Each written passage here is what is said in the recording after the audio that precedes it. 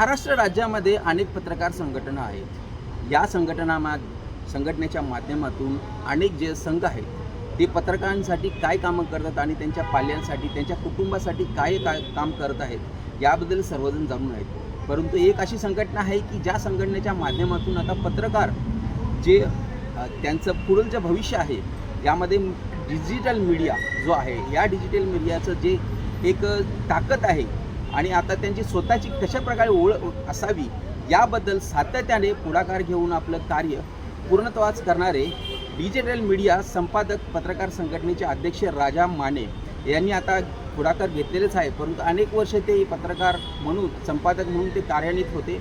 आता येणाऱ्या 6 एप्रिलला कोकण येथे महाअधिवेशन भरवण्यात येणार आहे।